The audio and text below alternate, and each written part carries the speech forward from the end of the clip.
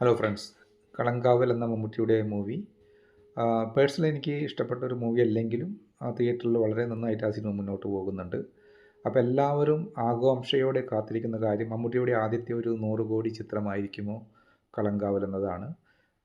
പക്ഷേ നാളെ ദിലീപ് നായകനെത്തുന്ന ബബ്ബബ തിയേറ്ററിലേക്ക് വരികയാണ്.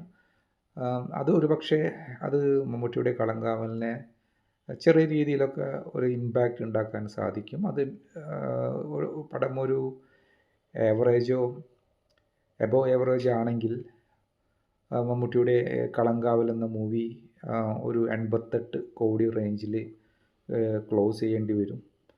ഒരു എൻ്റെ ഊഹം ശരിയാണെങ്കിൽ maximum gross collection world wide gross ഒരു 88 കോടിയിൽ ഒതുങ്ങേണ്ടതായിട്ട് വരും.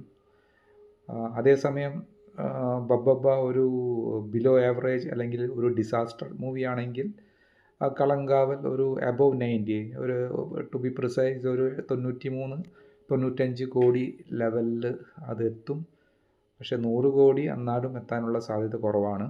അപ്പോൾ ഞാൻ വീണ്ടും പറയാം, ബബ്ബബ്ബ ഒരു നല്ല മൂവിയാണെങ്കിൽ 88 കോടി റേഞ്ചിൽ കളങ്കാവൽ ക്ലോസ് ആവും. ബബ്ബബ്ബ ഒരു ഡിസാസ്റ്റർ ആണെങ്കിൽ അല്ലെങ്കിൽ ബിലോ ആവറേജ് മൂവിയാണെങ്കിൽ ഒരു 93, 94, 95 ആ ഒരു റേഞ്ചിൽ കളങ്കാവൽ ക്ലോസ് ചെയ്യും.